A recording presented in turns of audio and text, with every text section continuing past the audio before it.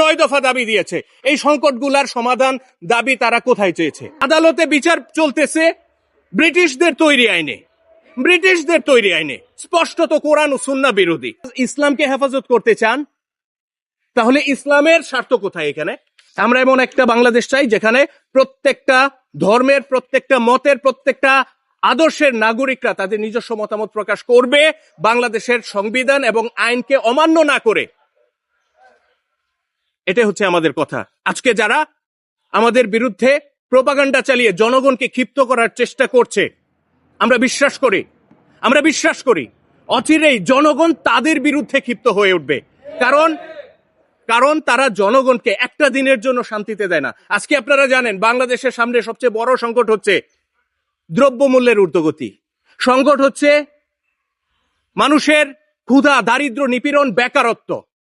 বাংলাদেশের সংকট হচ্ছে বাংলাদেশে বৈদেশিক বিনিয়োগ আসতেছে না। বাংলাদেশের সংকট হচ্ছে মানুষের জানমালের নিরাপত্তা নাই। বাংলাদেশের সংকট হচ্ছে আইন শৃঙ্খলা বাহিনীর এখনো সেই হয়ে ওঠে নাই যে আইন শৃঙ্খলা পরিস্থিতি নিয়ন্ত্রণ করবে। এগুলো হচ্ছে বাংলাদেশের এখন প্রত্যক্ষ সংকট। তারা 9 দফা দাবি দিয়েছে।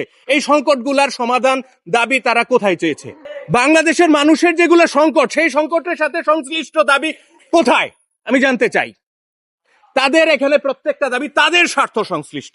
আমাদেরকে এটা দাও, আমাদেরকে ওইটা দাও, আমাদেরকে চাকরি দাও, আমাদের মাদ্রাসার এই দাও, আমাদের সার্টিফিকেটের এই মূল্য দাও, সব তাদের।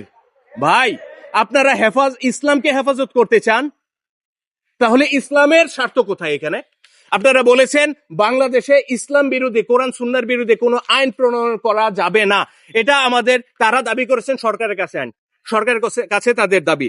বাংলাদেশে অলরেডি সংবিধানের পাতায় পাতায়, আইনের বইয়ের পাতায় পাতায় ইসলামের, কোরআন এবং সুন্নাহর বিরুদ্ধে যে আইনগুলা প্রতিষ্ঠা হয়ে আছে, কায়েম হয়ে আছে, আপনারা তো এই দাবি তুললেন না যে সেই আইনগুলা বাদ দিতে হবে?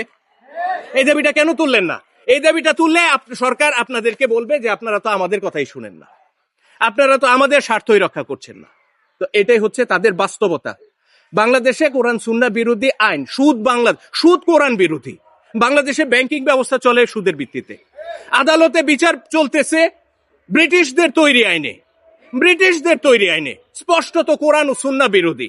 আপনারা তো বললেন না ব্রিটিশের আইনে আদালত চালানো যাবে না, আল্লাহর বিধানে আদালত চালাইতে হবে। এই দাবি তো তুলছেন না। কেন তুলছেন না আপনারা? কারণ আপনারা আসলে ওইটা চান না।